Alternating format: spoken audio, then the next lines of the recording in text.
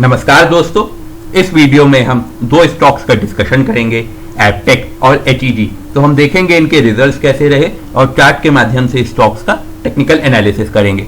तो चर्चा शुरू करने से पहले मैं आपको बताना चाहता हूं कि इंट्राडे और स्विंग ट्रेडिंग के लिए हमारा टेलीग्राम चैनल है, आप उसे जरूर ज्वाइन करिए, लिंक डिस्क्रिप्शन बॉक्स में है। वहां पर हम एडवांस्ड एनालिसिस के बाद कॉल्स देते हैं। हम सेबी रजिस्टर्ड नहीं है, हमारे वीडियोस केवल एजुकेशनल पर्पस के लिए है और मार्केट की इन्वेस्टमेंट रिस्क के अधीन होती है, तो आप अपने फाइनेंशियल एडवाइजर से जरूर कंसल्ट करिएगा। तो ये देखिए दोस्तों, एचईजी के रिजल्ट्स मैं पहले देखना चाहूंगा जो आज आए हैं। तो आइए, ये मैंने डायरेक्ट बीएसई की वेबसाइट से डाउनलोड किए हैं। आइए अब हम और आप साथ में इनके रिजल्ट्स को देखते हैं।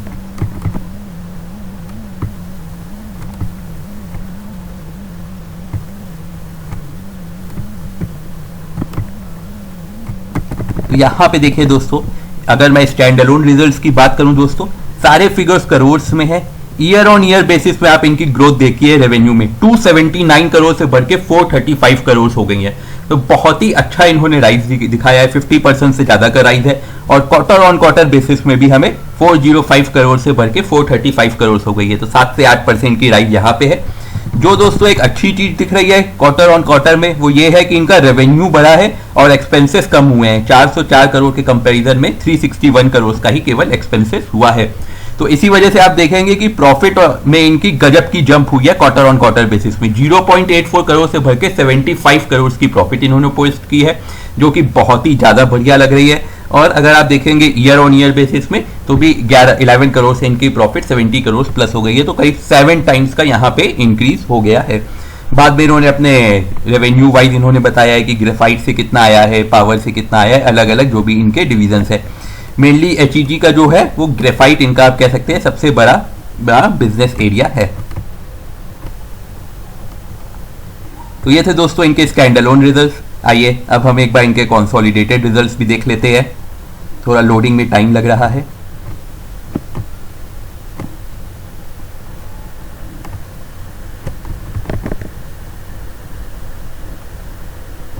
तो यहाँ पे देखिए इनके कंसोलिडेटेड रिजल्ट्स की मैं बात करूं तो मेनली क्योंकि एचईजी ग्रुप में मेनली एचईजी का ही है, तो इनके कंसोलिडेटेड रिजल्ट्स और स्टैंड अलोन रिजल्ट्स में कोई डिफरेंस नहीं है, वो एग्जैक्टली सेम के सेम है।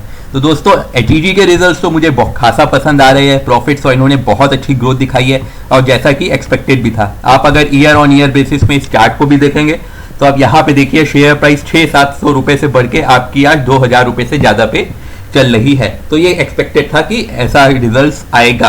बट क्वार्टर ऑन क्वार्टर में जो इन्होंने अच्छी ग्रोथ दिखाई है वो भी सही है। तो मैं मान के चल रहा हूं कि इनका जो शेयर प्राइस पे इसका पॉजिटिव इंपैक्ट पड़ सकता है। अगर आप इसमें पोजीशन बनाना चाहते हैं दोस्तों, तो या तो अगर आप कम रिस्क लेना चाहते हैं तो 2100 रुपीज का स्टॉप लॉस लगाइएगा, जो कि ये वाले कंसोलिडेशन एरिया का लोअर एरिया है। और अगर आपका 6 मंथ से ज्यादा का वो है विजन है, तो आप फिर इसमें 1900 का स्टॉप लॉस लगा के चलिएगा। पहला टारगेट दोस्तों होगा हमारा 2400, दूसरा होगा करीब 2550 के आसपास, और 2550 के ऊपर इसमें ब्रेकआउट होगा तो हम 3000 तक भी स्टॉक अगले 6 मंथ्स में जा सकता है। ओवरऑल इनके रिजल्ट्स मुझे बढ़िया लगे हैं। तो ये थी मेरी एनालिसिस एचईजी के रिजल्ट्स को। आइए अब हम लोग एपटेक के रिजल्ट्स को एक बार एनालाइज कर लेते हैं। ये भी मैंने डायरेक्ट बीएसई की वेबसाइट से ही डाउनलोड किया है। तो यहाँ पे देखिए दोस्तों, ये है इनके रिजल्ट्स। तो सारे फिगर्स इनके लैक्स में है। तो आप यहाँ पे इनकी इनकम देखिए, क्वार्टर ऑन क्वार्टर में इनकी इनकम आधी हो गई है। 2143 लाख से कम होकर 1271 लाख की केवल रह गई है। तो यहाँ पे मजा नहीं आया। ईयर ऑन ईयर बेसिस में भी कुछ खास राइज नहीं है। जहां बाकी सारी कंपनीज अच्छी राइज पोस्ट कर रही है, स्पेशली टेक्नोलॉजी सेक्टर की, वहां इनके रिजल्ट्स में कुछ खास मजा नहीं आ रहा है। और यहाँ पे अगर आप देखेंगे प्रॉफिट और लॉस आफ्टर टैक्स देखेंगे, तो यहाँ पे अगर आप देखेंगे तो जो कि अच्छी खबर है, एक्सेप्शनल आइटम्स इन्होंने लास्ट क्वार्टर में काफी एडजस्ट किया था, अब की बार वैसा कुछ नहीं है। तो आप यहाँ पे लेकिन देखिए कि जो अच्छी खबर है दोस्तों वो ये है कि इनका आप कह सकते हैं कि जो इनकी कंपनी ने अपने आप को प्रॉफिटेबल पोस्ट किया है 101 लाख के संग, जबकि लास्ट ईयर इन्होंने लॉस पोस्ट किया था और पिछले क्वार्टर में तो एक्सेप्शनल आइटम्स की वजह से इन्होंने कुछ ज्यादा ही लॉस पोस्ट कर दिया था, ऑलमोस्ट 1000 लाख का लॉस पोस्ट किया था। तो इनके आप कह सकते हैं मिक्स रिजल्ट्स है। अपर में देखने में तो अच्छे लग रहे हैं कि प्रॉफिट बढ़ गई है, बट जो प्रॉब्लम वाली बात है कि इनका जो रेवेन्यू है वो क्वार्टर ऑन क्वार्टर में कुछ ज्यादा ही कम हो गया है। तो ओवरऑल दोस्तों मुझे इनके रिजल्ट्स एवरेज या मैं कहूंगा थोड़े से मुझे कम अच्छे लगे, क्योंकि यहाँ पे आप देखिए आफ्टर टैक्स कंपनी हमारी अब की बार भी इन्होंने लॉस पोस्ट किया है, तो ईपीएस भी इस वजह से नेगेटिव है। तो ओवरऑल दोस्तों इनके रिजल्ट्स मुझे उतने पसंद नहीं आए, और उसके रिजल्ट्स लेकिन काफी अच्छे थे एचईजी के इनके कंपैरिजन में। आइए अब हम एक बार देख लेते हैं कि इन्होंने कंसोलिडेटेड रिजल्ट्स में क्या डेटा डाला है।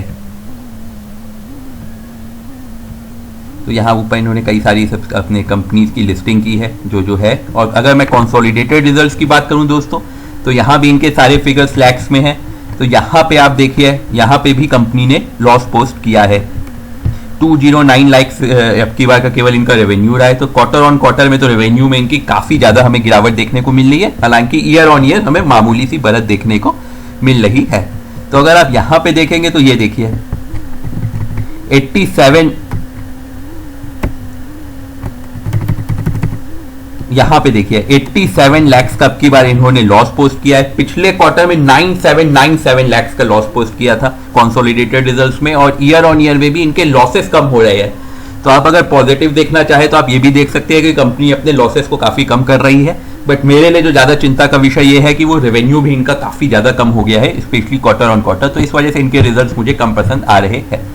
बाकी देखेंगे कि एनालिस्ट इसमें क्या लेके चल रहे हैं। ओवरऑल आपको एक बार मैं इसका 5 ईयर का चार्ट भी देखना चाहूंगा दोस्तों। तो यहाँ पे देखिए एक बार ये कंपनी 400 के आसपास थी, उसके बाद फंडामेंटल्स इशू आए, कंपनी आपकी लॉस मेकिंग हो गई। तो उसके बाद फिर कंपनी में लगातार गिरावटी हमें देखने को मिली है। हालांकि पिछले साल से इसने काफी अच्छी ग्रोथ दिखाई है, और रिसेंट में तो ये स्टॉक काफी भागा है। तो अगर आप इस स्टॉक में पोजीशन बनाते हैं तो 235 के पास का छोटा सा स्टॉप लॉस लगाइए और 290 के टारगेट्स को एम करिए। यही इसमें बेस्ट ट्रेडिंग स्ट्रेटेजी रहेगी। लॉन्ग टर्म के लिए तो मैं इस स्टॉक को सजेस्ट नहीं करूंगा, क्योंकि कंपनी लॉस मेकिंग है। तो ये थी दोस्तों मेरी एनालिसिस दोनों स्टॉक्स को लेके। उम्मीद है आपको वीडियो पसंद आया होगा। आप हमें लाइक एंड सब्सक्राइब कीजिए, उससे हमारा मोटिवेशन बनेगा। साथ ही आप हमें टेलीग्राम, ट्विटर, फेसबुक पर भी फॉलो कर सकते हैं। द ट्रेडिंग बुल्स के नाम से हमारा पेज है। धन्यवाद दोस्तों।